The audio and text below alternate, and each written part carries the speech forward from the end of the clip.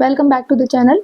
सो इस वीडियो में हम लोग डिस्कस करने वाले हैं state forest service mains exam 2020 का पेपर। इसमें कि हम एमपीजी का डिस्कस करने वाले हैं। इसी तरह एमपीपीएससी पार्ट ए की प्लेलिस्ट में पिन कमेंट कर दूंगी, वहाँ से आप चेक कर लीजिएगा। डिफरेंट पीवाईक्यूज डिस्कस किए हैं प्लेलिस्ट में, जो कि आपकी एमपीपीएससी जो 30 अगस्त वाला पेपर है जो 4 अक्टूबर को होने वाला है उसके लिए काफ़ी हेल्पफुल होगी, तो आप देख लीजिएगा। मध्य प्रदेश वन विकास कॉर्पोरेशन की स्थापना किस वर्ष हुई थी? तो वन विकास निगम की बात करें तो 1975 में वन विकास निगम की स्थापना हुई थी। तो ऑप्शन नंबर ए हमारे पास करेक्ट हो जाएगा। इसी तरह अगर हम बात करें उद्योग विकास निगम की, उद्योग विकास निगम जो है 1965 में स्थापित हुआ था। इसी तरह बात करें खनिज विकास निगम, तो खनिज विकास निगम 1962 में हुआ था और 1982 में हुआ था ऊर्जा विकास निगम। और ऊर्जा विकास निगम कहाँ पे है? भोपाल में। इसका मुख्यालय कहाँ है? भोपाल में। नेक्स्ट क्वेश्चन है सूची 1 और सूची 2 को सम्मिलित कीजिए। तो यहाँ पे हमारे पास कोयला खदान गिवन है और कोयला क्षेत्र से उसका मिलान करना है। तो हृदयगढ़ और हिंगन देवी ये सब जो है कन्हान घाटी क्षेत्र जो कि सतपुड़ा पर्वत श्रृंखला में आता है, हृदयगढ़, हिंगन देवी, तो ये हमारे पास आ जाएगा डी का थर्ड। तो डी का थर्ड हमारे पास कहाँ पे दिख रहा है? डी का थर्ड हमारे पास 2 जगह। उसके बाद बात करें मोह पानी, तो मोह पानी जो है वो आता है नरसिंहपुर में, नरसिंहपुर, और ये आता है सतपुड़ा पर्वत श्रृंखला वाला जो सतपुड़ा कोयला क्षेत्र है उसमें। तो यहाँ पे जो ऑप्शन गिवन है उसमें मोह पानी कहाँ आएगा? सतपुड़ा में, तो बी का आएगा सेकंड। तो बी का सेकंड यहाँ पे। और देख लेते हैं जो हमारे पास बरकुही है, बरकुही हमारे पास आ जाता है पेंच घाटी क्षेत्र में, ये सतपुड़ा पर्वत श्रृंखला में जो हमारे पास कोयला खदान है उसी के अंतर्गत आती है। सापुर जो है वो बैतूल में आता है तवा घाटी क्षेत्र में। तो ये हमारे पास क्या हो जाएगा? ऑप्शन नंबर 20 का करेक्ट आंसर हो जाएगा। नेक्स्ट क्वेश्चन देखिए, मध्य प्रदेश चूना पत्थर उत्पाद में 2020-21 भारत में कौन सा स्थान था? देखिए 20-21 का तो नहीं पूछेंगे, लेकिन अगर हम 25-26 की बात करें, हालांकि 20-21 में भी सेम ही था, चूना उत्पादन में मध्य प्रदेश का दूसरा स्थान है, ये हमारे पास करेक्ट हो जाएगा। देखिए अगर हम बात करें तांबा, हीरा और गेरू, तांबा हमारे पास सबसे ज़्यादा कहाँ मिलता है? बालाघाट मलाजखंड। हीरा कहाँ मिलता है? पन्ना में, मझगवां, हिनोता खदानें। और गेरू कहाँ मिलता है? सतना में। ये इसके प्रमुख स्थान है। तो इन तीनों में, तांबा में, हीरा में और गेरू में मध्य प्रदेश का कौन सा स्थान है? प्रथम स्थान है। वहीं बात करें दूसरे स्थान, तो मैग्नीज में भी हमारे पास मध्य प्रदेश का दूसरा स्थान है, जो कि कहाँ मिलता है? बालाघाट में मिलता है, जिसकी प्रमुख खदानें है भरवेली, तिरोड़ी, रमरमा, भरवेली, तिरोड़ी, रमरमा। और दूसरे स्थान पर हमारे पास आ जाता है चूना पत्थर। तो चूना पत्थर हमारे पास मिलता है कटनी, जबलपुर। कटनी जो है इसको क्या बोलते हैं? चूना नगरी कहते हैं। और मलाजखंड जो है इसको क्या बोलते हैं? तांबा नगरी। इसके अलावा हमारे पास चौथा स्थान है कोयले का, कोयला चौथे स्थान पर है। और बात करें छठे स्थान की, तो बॉक्साइट और लौह अयस्क, इनका हमारे पास मध्य प्रदेश में छठा स्थान है। और बालाघाट की प्रमुख खदानों की अगर हम बात करें, तो बॉक्साइट जो है, देखो इसकी मैंने ट्रिक बताई थी कि बक्से में मन मालती, मुंडी बाहर निकाल के क्या देख रही है? तालाब देख रही है। तो बॉक्साइट जो हो गया बेहर बाहर देख रही है, मालती देख रही है तो मालतीगढ़, मुंडी बाहर से आ जाएगा मुंडी दरार, और तालाब से आ जाएगा तालाबोनी। ये हमारे पास बालाघाट में बॉक्साइट की प्रमुख खदान है। वहीं अगर लोह अयस्क की बात करें तो मध्य प्रदेश का छठा स्थान है, और इसके जो प्रमुख खदान है वो है कटनी में विजय राघवगढ़, और इसके अलावा आ जाएगा कन्हौरा घाटी। ठीक है, तो ये हमारे पास हो गए खनिज। नेक्स्ट क्वेश्चन देखते हैं, अमरकंटक ताप विद्युत स्टेशन कौन से वर्ष में शुरू किया गया था? तो अगर हम अमरकंटक ताप विद्युत केंद्र की बात करें तो ये हमारे पास शुरू किया गया था 1965 में। कहाँ पे है ये? अनूपपुर में है, अनूपपुर। कोयला कहाँ से मिलता है इसको? शहडोल से मिलता है। और इसका अन्य नाम क्या है? चचाई ताप विद्युत केंद्र।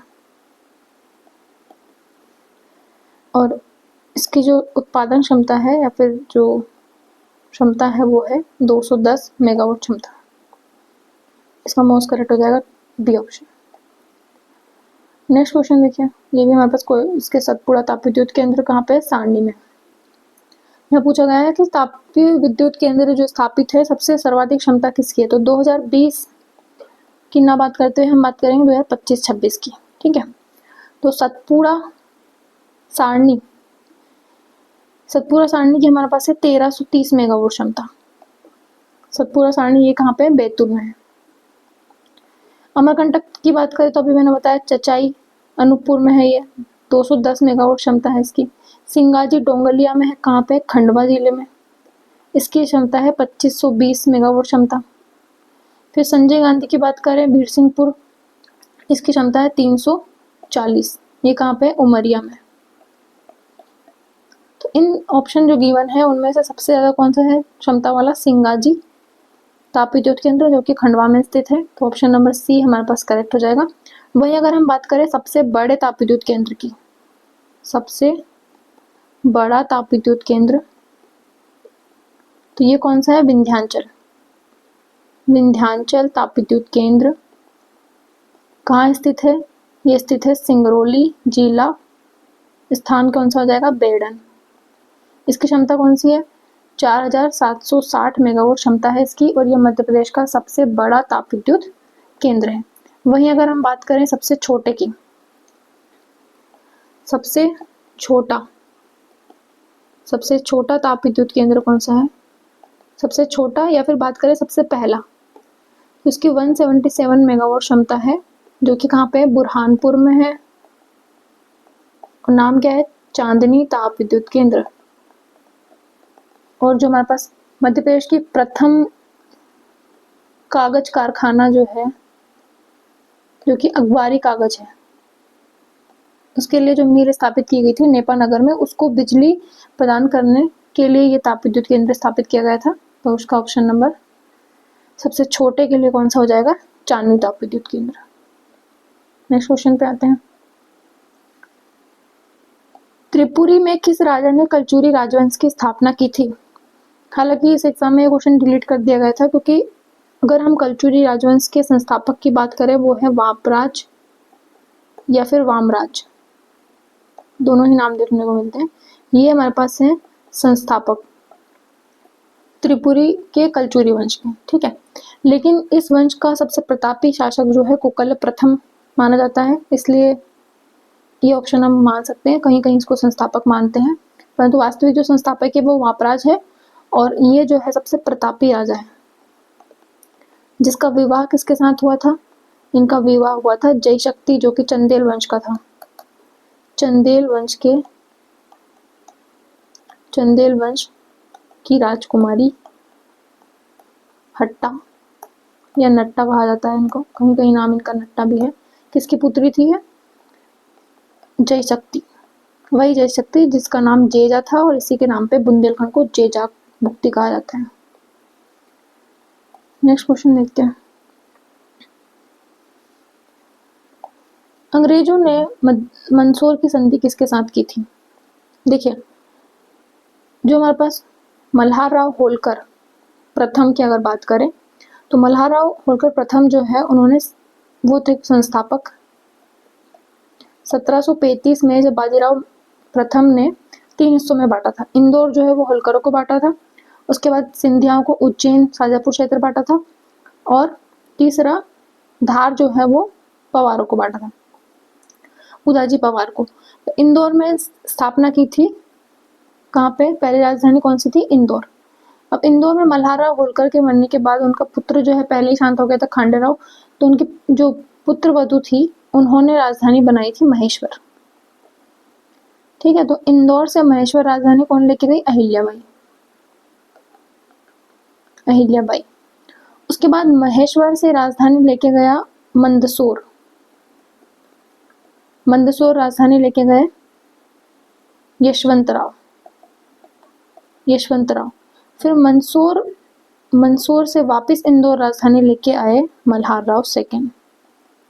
मल्हार राव सेकंड जो मंदसौर से राजधानी लेके आया, वही मंदसौर की संधि के कारण ही ये कुछ क्षेत्र जो है अंग्रेजों के अधीन हो गया था इनका, तो इनको वापस इधर आना पड़ा था। तो मंदसौर की संधि के बाद मल्हार राव होलकर सेकंड जो है इंदौर राजधानी ले आए थे। तो इसका ऑप्शन नंबर ए हमारे पास करेक्ट हो जाएगा कि मंदसौर की संधि किसने की, तो वो मल्हार राव होलकर ने की।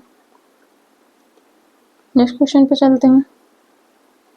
स्वतंत्रता संग्राम सेनानी ठाकुर निरंजन सिंह किस क्षेत्र से थे? ठाकुर निरंजन सिंह जो है वो कौन से क्षेत्र से? भोपाल क्षेत्र से थे। इसका ऑप्शन हमारे पास हो जाएगा C correct. Option number C हमारे पास करेक्ट हो जाएगा। मालवा में अगर हम निमाड़ की बात करें तो 1857 की क्रांति के समय निमाड़ से जो हमारे पास सबसे फेमस नाम है भीमा नायक, जिनको निमाड़ का रॉबिन हुड भी कहा जाता है। तो ये हमारे पास कहाँ से थे? बड़वानी से थे। इनके साथी कौन थे? खाज्या नायक। खाज्या नायक ये भी कहाँ से थे? बड़वानी से थे। उसके बाद बात करें टंट्या भील की, भील समुदाय के टंट्या भील, ये हमारे पास निमाड़ क्षेत्र से थे। इसके बाद सीताराम कंवर और रघुनाथ सा या रघुनाथ सिंह, ये भी कहाँ से थे? निमाड़ क्षेत्र से थे। और ये कौन सी जनजाति से थे? भिलाला, भील की एक उपजाति है। तो ये सभी हमारे पास निमाड़ के प्रमुख स्वतंत्रता संग्रामी रहे हैं। नेक्स्ट क्वेश्चन देखिए। मंदसौर अभिलेख की रचना किसने की? देखिए मंदसौर से दो अभिलेख देखने को मिलते हैं प्रमुख। इसमें पहला हमारे पास आ जाता है, पहला अभिलेख हमारे पास आ जाता है मंदसौर का। इसका नाम था दशपुर। कभी कभी मंदसौर अभिलेख की जगह दशपुर अभिलेख भी लिखा आता है। तो यहाँ से हमारे पास एक तो मिला है रेशम बुनकर। रेशम बुनकर, ये इसको बोलते हैं तंतुवाय अभिलेख, जिसके रचनाकार कौन है? इसके रचनाकार है वत्सवट्टी। इसके अलावा ओलिकर वंश का शासक था, वही ओलिकर वंश जिसने कि मालव जाति के आधार पर मालवा का नामकरण किया है। मालवा का नामकरण। ओलिकर वंश से संबंधित एक अभिलेख है सोंधनी अभिलेख। सोंधनी अभिलेख, ये इसके जो रचनाकार है वो कौन है? वासुल कवि। तो मंदसौर से ये दो प्रमुख अभिलेख देखने को मिलते हैं। तो सोंधनी अभिलेख में ओलिकर वंश जो है यशोधर्मन ने हुण शासक मिहिर कुल को हराया था। किसको हराया था? मिहिर कुल को। उसकी जानकारी मिलती है सोंधनी अभिलेख से। बाकी जो है रेशम बुनकर मंदसौर, ये रेशम बुनकर जो है इसको फर्स्ट एडवर्टाइजमेंट के रूप में हम देख सकते हैं।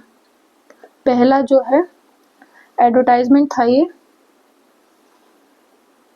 नेक्स्ट क्वेश्चन देखिए। भड़म नृत्य किस जनजाति से है? तो ये सबसे फेमस नृत्य है भारिया जनजाति का। इसका अन्य नाम क्या है? गुन्नू शाही। गुन्नू शाही भड़म नृत्य बोलते हैं इसको। उसके अलावा एक और नृत्य सेतम। तो भड़म सेतम जो नृत्य है वो किस जनजाति का है? भारिया जनजाति का है। ऑप्शन नंबर ए हमारे पास करेक्ट हो जाएगा। देखो इससे क्वेश्चन तो अब नहीं आते हैं अर्धचालक वाले।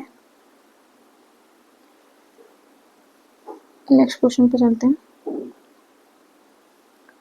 यूएसबी पोर्ट के उपयोग से किसके परिधेय उपकरणों को जोड़ते हैं? तो कितने परिधेय उपकरण जोड़ सकते हैं यूएसबी पोर्ट के उपयोग करते समय? तो 127 को जोड़ सकते हैं। ऑप्शन नंबर सी हमारे पास करेक्ट हो जाएगा। 13 क्वेश्चन है, निम्न में से किसमें कृत्रिम बुद्धिमत्ता का उपयोग होता है? तो देखो एआई की बात करें तो एआई के जो जनक है, पिछले क्वेश्चन में मैंने पूछा था कौन थे इनके जनक? John McCarthy. जॉन मैकार्थी इनके एआई के जनक माने जाते हैं। और रोबोट्स में, प्राकृतिक भाषा प्रसंस्करण में, आभासी वास्तविकता में, इन सभी में एआई का उपयोग होता है। तो ऑप्शन नंबर डी हमारे पास करेक्ट हो जाएगा।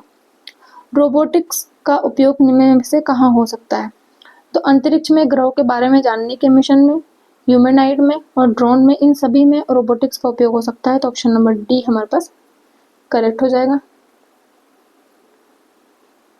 नेक्स्ट क्वेश्चन है, इनमें से किसने शब्द कंप्यूटर वायरस को गढ़ा था? तो कंप्यूटर वायरस जो शब्द है वो फ्रेड कोहेन द्वारा सर्वप्रथम यूज किया गया था। तो ऑप्शन नंबर ए हमारे पास करेक्ट हो जाएगा। नेक्स्ट क्वेश्चन है कोयला उत्पादन में मध्य प्रदेश का भारत में स्थान।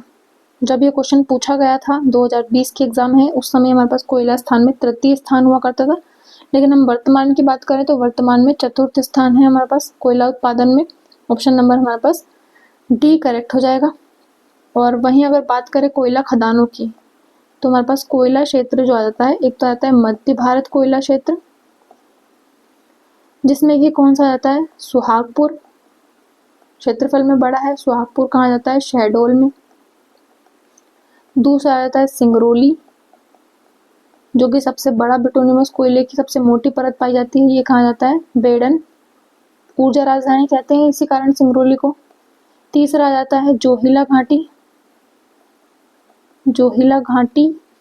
और चौथा आ जाता है करार उमरिया। जोहिला घाटी भी उमरिया में है और करार घाटी जो है ये भी उमरिया में है। इसके अलावा दूसरा जो आ जाता है सतपुड़ा कोयला क्षेत्र, सतपुड़ा कोयला क्षेत्र। इसमें पहला आ जाता है हमारे पास पाथाखेड़ा, दूसरा आ जाता है तवा घाटी, ये आ जाते हैं बैतूल में। इसके बाद मोहपानी नरसिंहपुर में आ जाता है। चौथा आ जाता है कन्हान घाटी, कन्हान घाटी। और पांचवा आ जाता है पेंच नदी घाटी। तो ये हमारे पास प्रमुख खदानें हैं कोयले की मध्य प्रदेश में। और कोयला उत्पादन में मध्य प्रदेश का कौन सा स्थान है, वर्तमान में चतुर्थ स्थान है। नेक्स्ट क्वेश्चन पे चलते हैं। देखिए, निम्नलिखित में से किस जिले में कपास का सर्वाधिक उत्पादन होता है।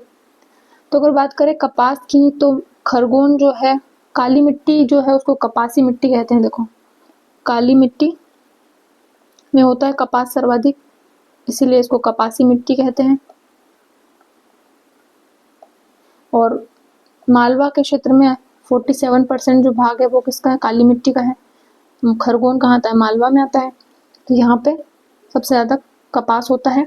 इसी के साथ साथ खंडवा में कपास अनुसंधान केंद्र भी है। कपास अनुसंधान केंद्र कहाँ स्थापित है, खरगोन में स्थापित है।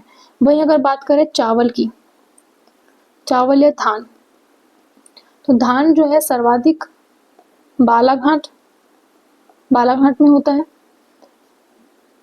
रायसेन में होता है। लेकिन जिलों की बात करें तो प्रथम स्थान पे कौन है, रायसेन है।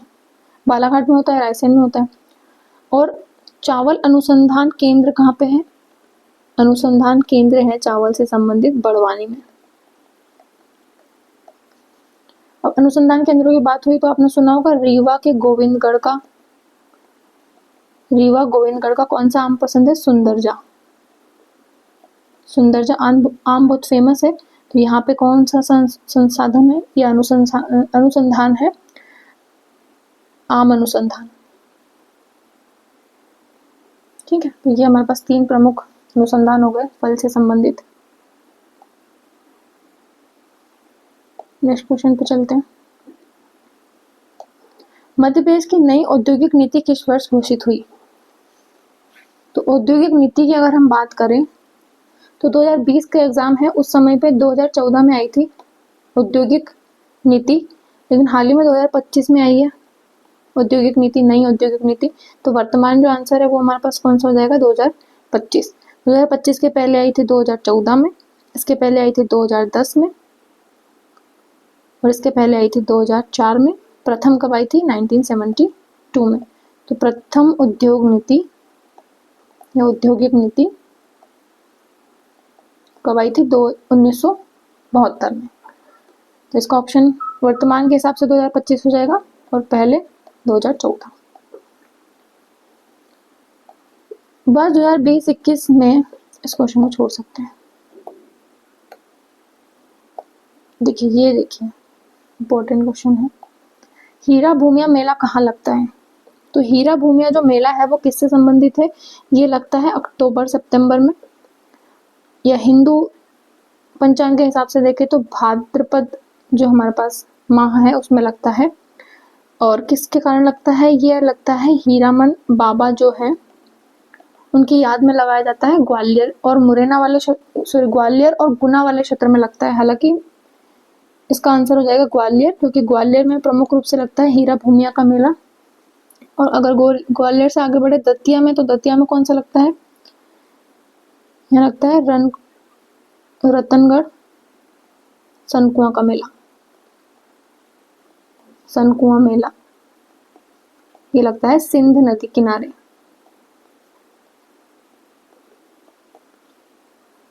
वहीं गुना की बात करें तो लगता है जागेश्वरी देवी का मेला।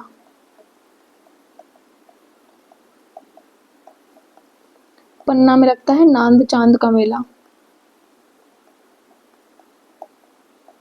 शाजापुर की बात करें तो शाजापुर के बड़ौदिया में लगता है गरीबनाथ का मेला। तो ये कुछ प्रमुख मेले थे मध्य प्रदेश के। नेक्स्ट क्वेश्चन देखते हैं, बृहत संहिता की रचना किसने की है? बृहत संहिता जो है इसकी रचना की है वराहमिहिर ने। वराहमिहिर जो थे विक्रमादित्य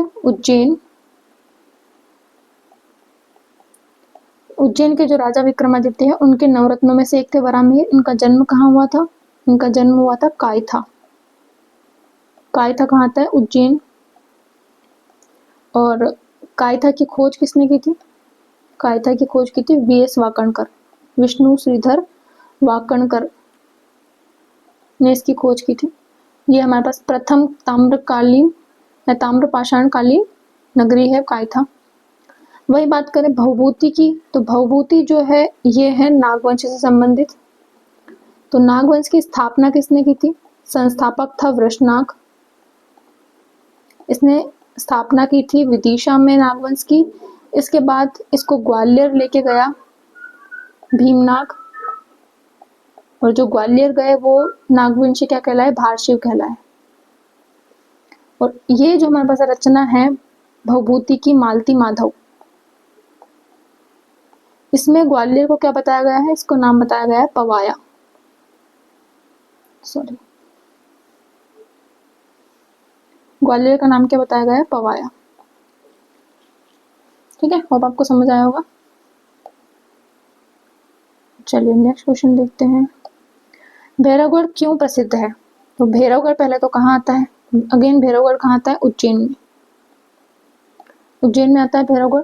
और भैरवगढ़ में वस्त्र उद्योग जो है वहाँ पे जो ब्लॉक प्रिंट है या छिपा प्रथा जो है, ब्लॉक प्रिंट, छिपा प्रिंट, इसके लिए फेमस है भैरवगढ़। इसको जीआई टैग भी मिला हुआ है। तो ये जो भैरवगढ़ उज्जैन है ये किसके लिए प्रसिद्ध है? वस्त्र उद्योग के लिए प्रसिद्ध है। ऑप्शन नंबर सी हमारे पास करेक्ट हो जाएगा। ओंकारेश्वर का प्राचीन नाम क्या है? ओंकारेश्वर का प्राचीन नाम है मानधाता। तो मानधाता जो है ओंकारेश्वर कहाँ आता है? खंडवा में। और मानधाता जो है किसने बसाया था? इसको बसाया था मुचुकुंद ने। मुचुकुंद कौन था? इसका पुत्र था, मानधाता का पुत्र था। तो मुचुकुंद ने अपने पिता के नाम पे ओंकारेश्वर नगरी बसाई थी, मानधाता नगरी। तो ओंकारेश्वर का प्राचीन नाम हो जाएगा मानधाता। वही बात करें काकणाय की या काकनाथ, इसको काकनाथ भी लिखते हैं कहीं कहीं, ये है सांची का प्राचीन नाम। नलपुर की बात करें तो ये हमारे पास शिवपुरी में स्थित है नरवर। तो नरवर का जो प्राचीन नाम है वो है नलपुर। ठीक है, इसी तरह देखो हम डिस्कस करते हैं, बहुत सारे प्राचीन नगरियां हैं, इनको हम देखते हैं वन बाय वन। सबसे पहले क्या जाते हैं ओरछा पे। ओरछा, ओरछा नगरी किसने बसाई थी? कमेंट में बताना आप लोग। ओरछा का पुराना नाम था गंगापुरी। कौन सी नदी के किनारे? बेतवा नदी के किनारे। इसी के साथ बात करें महेश्वर की, महेश्वर का प्राचीन नाम क्या है? माहिष्मती। कौन सी नदी के किनारे? नर्मदा नदी के। इसके अलावा बात करें उज्जैन, उज्जैन का पुराना नाम क्या है? अवंती या फिर अच्युतगामी। ये कौन सी नदी के किनारे है? शिप्रा। मंदसौर, मंदसौर का प्राचीन नाम क्या है? दशपुर या फिर पश्चिमपुर। ये कौन सी नदी के किनारे है? सिवना नदी के किनारे। सिवना किसकी सहायक नदी है? चंबल की सहायक नदी है। इसके अलावा ग्वालियर, ग्वालियर का पुराना नाम है गोपालगिरी। इसके अलावा पवाया, वत्स, ये सभी ग्वालियर के नाम है। विदिशा की बात करें, विदिशा किसके किनारे है? बेतवा नदी के किनारे। विदिशा का पुराना नाम क्या है? बेसनगर, बेसनगर या भेलसा, विदिशा के नाम। देखो इसमें हमारे पास एक आता है सागर में एरण स्थान आता है, तो इसका क्या नाम था? स्वभोग नगर। स्वभोग नगर सागर किस नदी के किनारे? बीना नदी। ठीक है, और यही बीना नदी से याद आया, इसी के किनारे एकमात्र तेल रिफाइनरी स्थित है मध्य प्रदेश की। चलिए अब दोबारा हम क्वेश्चन पे आ जाते हैं। क्वेश्चन है हमारा 25वां क्वेश्चन, लोकमत समाचार पत्र के संपादक कौन थे? तो दैनिक लोकमत की अगर बात करें तो दैनिक लोकमत जो समाचार पत्र है किसके द्वारा चलाया गया था? द्वारका प्रसाद मिश्र के द्वारा। द्वारका प्रसाद मिश्र के द्वारा संपादित किया जाता था। लोकमत जो है कहाँ से प्रसारित होता था? जबलपुर से। इसी के अलावा अगर हम बात करें तो माखनलाल चतुर्वेदी द्वारा 17 जनवरी 1920 को जबलपुर से एक पत्रिका प्रसारित की गई थी, कर्मवीर पत्रिका। कब, किस कारण से? जब रतौना सत्याग्रह हुआ था। रतौना सत्याग्रह सागर में हुआ था, उस दौरान इन्होंने 17 जनवरी 1920 से 17 जनवरी 1920 को कर्मवीर पत्रिका प्रसारित की थी। कहाँ से? जबलपुर से। ठीक है, बाद में ये बंद हो गई थी और बाद में इसका प्रसारण कहाँ से होता था? बाद में इसका प्रसारण शुरू किया गया था खंडवा से। पहले जबलपुर से प्रसारित होती थी और फिर इसको बंद कर दिया गया था, तो दोबारा ये शुरू हुई थी खंडवा से। नेक्स्ट क्वेश्चन देखिए। नेक्स्ट क्वेश्चन है ग्वालियर शहर से संबंधित व्यक्तित्व। तो ग्वालियर से संबंधित, देखो राजा भैया पूछ वाले जो है ये तो ग्वालियर से संबंधित है, शंकर राव भी ग्वालियर से संबंधित है। तानसेन की बात करें तो ये भी ग्वालियर से संबंधित है, क्योंकि तानसेन की समाधि है ग्वालियर में। उस्ताद अमीर खां जो है ये ग्वालियर से संबंधित नहीं है, तो ऑप्शन नंबर डी हमारे पास करेक्ट हो जाएगा। नेक्स्ट क्वेश्चन देखते हैं। अटल सुरंग किस राज्य में स्थित है? तो अटल सुरंग की अगर बात करें तो ये अटल सुरंग स्थित है हिमाचल प्रदेश में। मध्य प्रदेश में अटल सागर स्थित है। अटल सागर एक्चुअल में क्या है? अटल सागर परियोजना है जो कि किस नदी पर है? सिंध नदी पे है। सिंध नदी पर है। और अटल सागर का दूसरा नाम क्या है? मड़ीखेड़ा बांध। मड़ीखेड़ा बांध ये कहाँ पे है? शिवपुरी में है। तो शिवपुरी में स्थित है मड़ीखेड़ा बांध, जिसका अन्य नाम है अटल सागर परियोजना। और अटल सुरंग की बात करें तो ये तो हिमाचल प्रदेश में, मध्य प्रदेश में नहीं है। इसका ऑप्शन नंबर ए करेक्ट हो जाएगा। इस क्वेश्चन को छोड़ सकते हैं। 18वां 20वां सम्मेलन। अंतर्राष्ट्रीय गांधी पुरस्कार प्राप्त डॉक्टर NS धर्मशक्ति किस क्षेत्र से संबंधित थे? तो ये हमारे पास संबंधित है गरीबी उन्मूलन। इसको भी छोड़ सकते हैं, क्वेश्चन को कोई दिक्कत नहीं है। इस पे आते हैं। भारत में ई गवर्नेंस प्रोजेक्ट के लिए क्लाउड कंप्यूटिंग की पहल। तो भारत में जो ई गवर्नेंस प्रोजेक्ट के लिए क्लाउड कंप्यूटिंग की पहल है वो है GI cloud. Option number B हमारे पास करेक्ट हो जाएगा। वहीं अगर हम बात करें मध्य प्रदेश की पहली प्रोजेक्ट संबंधित है, तो ये हमारे पास हो जाएगा ज्ञानदूत। ये मध्य प्रदेश का पहला ई गवर्नेंस प्रोजेक्ट है MP का।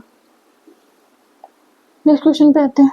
ई गवर्नेंस प्रोजेक्ट की राज्य सरकार के साथ जोड़ी बनाई है। तो देखिए ज्ञानदूत मैंने बोला था अभी मध्य प्रदेश का है, तो और मध्य प्रदेश का पहला है, तो हमारे पास फर्स्ट का डी आएगा, लेकिन यहाँ सभी का फर्स्ट का डी दे रखा है।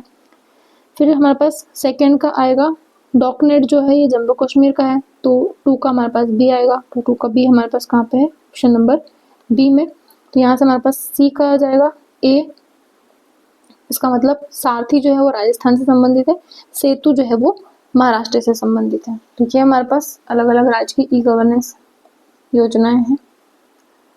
यूडीपी का पूरा नाम क्या है? तो UDP stand for user datagram protocol, इसमें ऑप्शन नंबर बी हमारे पास करेक्ट हो जाएगा। किस देश के डोमेन नाम में सफिक्स नहीं लगता है?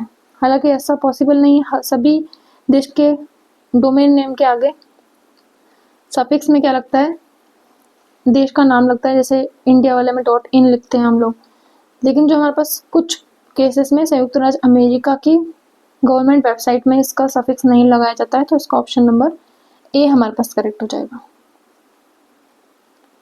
नेक्स्ट क्वेश्चन देखते हैं।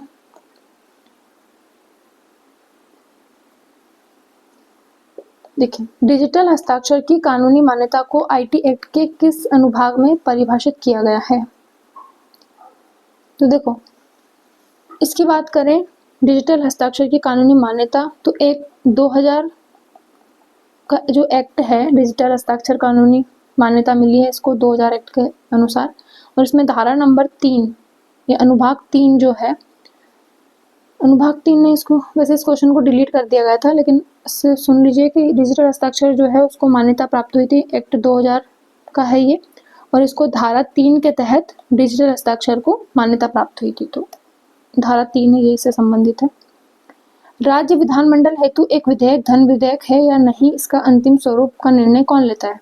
तो देखिए, धन विधेयक जो है ये वैसे तो राज्यपाल की पूर्ण अनुमति से प्रस्तावित होता है, और फिर अनुच्छेद 199 के तहत राज्यपाल को इस पे हस्ताक्षर करने होते हैं, क्योंकि पूर्वानुमति से ही प्रस्तुत किया जाता है।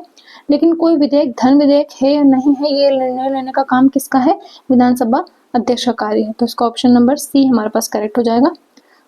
और अनुच्छेद 200 में राज्यपाल जो है उसके पास किसी भी अनुच्छेद पे साइन करने, विचार करने या वापस करने की स्वतंत्रता होती है। तो इसका जो हमारे पास करेक्ट आंसर हो जाएगा वो हो जाएगा सी, क्योंकि धन विधेयक है या नहीं है ये कार्य किसका है बताना? विधानसभा अध्यक्ष का।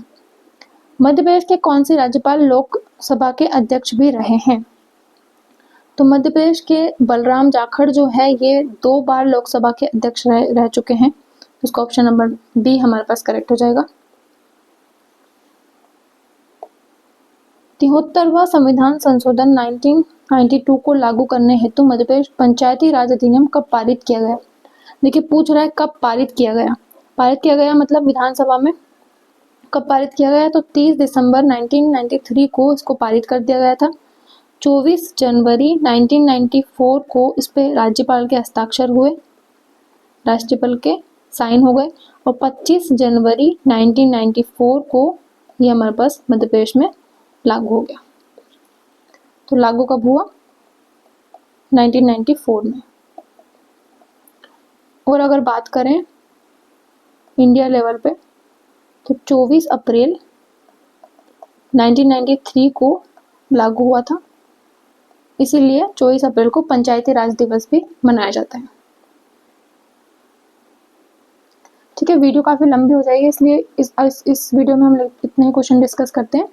बाकी पिछले जो पीवाई को डिस्कस किया था उसके 5 क्वेश्चन छूट गए हैं, वो और इससे रिलेटेड जो क्वेश्चन छूटे हुए वो हम अगले वीडियो में डिस्कस कर लेंगे। ठीक है, होप आपको वीडियो हेल्पफुल लगी होगी। Thank you for watching.